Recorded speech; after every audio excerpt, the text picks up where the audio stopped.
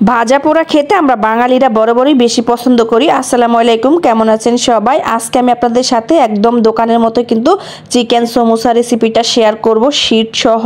আশা করছি আপনাদের কাছে ভালো লাগবে। প্রথমে আমরা শীট তৈরি করে নেব। তার জন্য এখানে আমি নিয়েছি 2 বাটি আটা, তবে আপনারা চাইলে এখানে ময়দাও নিতে পারেন। দিয়ে দিচ্ছি পরিমাণ মতো লবণ। এখন দিয়ে দিচ্ছি রান্নার সয়াবিন তেল। প্রথমে আমি 1.5 টেবিল চামচ রান্নার সয়াবিন তেল দিয়ে একটু ময়ান দিয়ে নিয়েছি। আমার কাছে মনে হচ্ছে আরও তেল লাগবে, তাই আমি আরও 1.5 টেবিল চামচ রান্নার সয়াবিন তেল দিয়ে এটাকে খুব ভালো করে ময়ান দিয়ে নিয়েছি। এখন দিচ্ছি পানি। এখানে আমি নর্মাল পানিটাই নিয়েছি 1 কাপ পরিমাণের। এখানে কিন্তু ডো তৈরি করতে আমার পুরো 1 কাপ পরিমাণে পানি লেগেছে, আপনাদের ক্ষেত্রে কম বেশি লাগতে পারে। সফট একটা ডো তৈরি করা হয়ে গেছে। এটাকে 10 মিনিটের জন্য রেস্টে রেখে দিয়ে এখন আমরা একটা মিশ্রণ তৈরি করব। এখানে আমি নিয়েছি 3 টেবিল রান্নার সয়াবিন তেল, 2 টেবিল চামচ দিয়ে দিচ্ছি কর্নফ্লাওয়ার। এটাকে খুব ভালো করে মিশিয়ে নিচ্ছি। এটা কিন্তু পরে আমরা ব্যবহার করব। এই তো 10 মিনিট পর আমি কিন্তু ডোটাকে আরেকটু মথে নিয়ে তারপরে কিন্তু এখান থেকে ছোট করে লেচি কেটে নিচ্ছি। এখন আমরা এখানে থেকে লেচি নিয়ে রুটি তৈরি করে নেব। আর লেচিগুলো বেশি বড় করিনি, একটু ছোট করে তৈরি করেছি। এখন আমরা একটা রুটি তৈরি করে নেব। আমরা যে রেগুলার রুটি খাই ওইভাবে করে একটু পাতলা করে রুটি তৈরি করে নিচ্ছি। এই তো আমার রুটিটা কিন্তু তৈরি করা হয়ে গেছে। এইভাবে করে কিন্তু আমি বেশ কয়েকটা রুটি তৈরি করে নিয়েছি।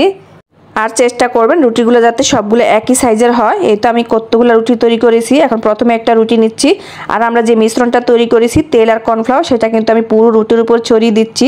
রুটির উপর বসিয়ে দিচ্ছি আরও একটা রুটি। তারপর আবারও ওই মিশ্রণটা দিয়ে আরও একটা রুটি বসিয়ে দিচ্ছি, আর একটু হাত দিয়ে চেপে চেপে ছড়িয়ে দিচ্ছি। এইভাবে করে কিন্তু আমি একসাথে 4 থেকে 5টা রুটি বসিয়ে তারপরে আবারও বেলনি দিয়ে বেলে নিচ্ছি। এই রুটিটাকে আপনি যত বড় যত পাতলা করে তৈরি করতে পারবেন শীটগুলো ততই বড় হবে আর সুন্দর হবে। এই তো আমি কিন্তু রুটিটা খুব সুন্দর করে বড় করে বেলে নিয়েছি। এই যে লেয়ারটা কিন্তু খুব সুন্দর বোঝা যাচ্ছে। আর চুলা একটা ফ্রাই প্যান বসিয়ে দিচ্ছি। ফ্রাই প্যানটা গরম করে রুটিটা আমি প্রথম কিন্তু 1 মিনিটের মতো সেঁকে নেব। তারপর আমি রুটিটা উল্টে দিয়ে একটা রুটি এখান থেকে তুলে নিব। এটাকে কিন্তু 1 মিনিটের বেশি কোনোভাবেই সেঁকা যাবে না। এই তো তারপর আমি আবার উল্টে দিয়ে আরও একটা রুটি খুলে নিচ্ছি। আর এইভাবে শীটগুলো তৈরি করলে কিন্তু সমোসাটা বেশি ভালো হয়। এইভাবে করে উল্টে পাল্টে এখানে আমি সবগুলো রুটি তৈরি করে নিয়েছি। এখন আমরা শীটটা তৈরি করে নেব। আর দেখুন এটা কতটা পাতলা হয়েছে, দেখে নিশ্চয়ই বুঝতে পারতেছেন। এখন প্রথমে আমি 3টা রুটি একসাথে নিয়ে নিচ্ছি, আর এগুলাকে আমি এখন স্কোয়ার করে কেটে নিব।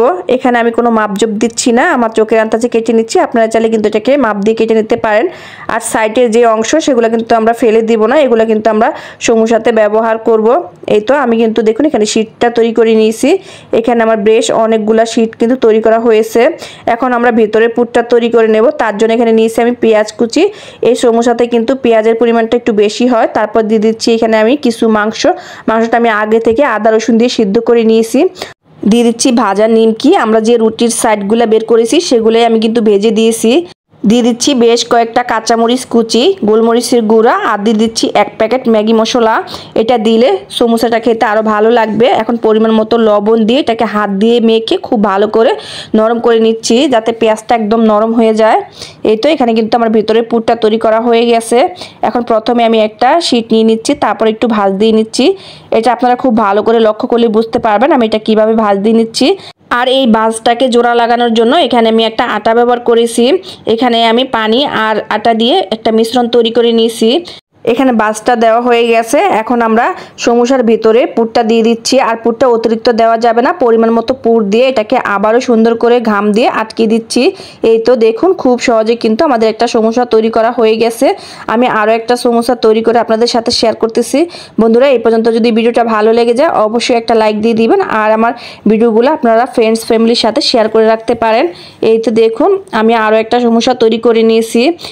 আশা করছি আপনারা বুঝতে পেরেছেন। এইভাবে করে আমি সবগুলো সমোসা বানিয়ে নিয়েছি।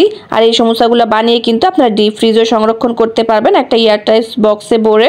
এই তো এখানে কিন্তু চলে আমি ফ্রাই প্যানে তেলটা গরম করে নিয়েছি আর সমোসাগুলো দিয়ে দিচ্ছি। সমোসাগুলো দেওয়ার পর চুলা আঁচটা মিডিয়াম টু লো আছে রেখে কিন্তু আমি এগুলোকে অনবরত নেড়ে চেড়ে 5 মিনিটের মতো ভেজে নিব। সমোসা ভাজতে কিন্তু বেশি সময় লাগে না, 5 থেকে 6 মিনিটের মতো কিন্তু সমোসাটা ভাজা হয়ে যায়।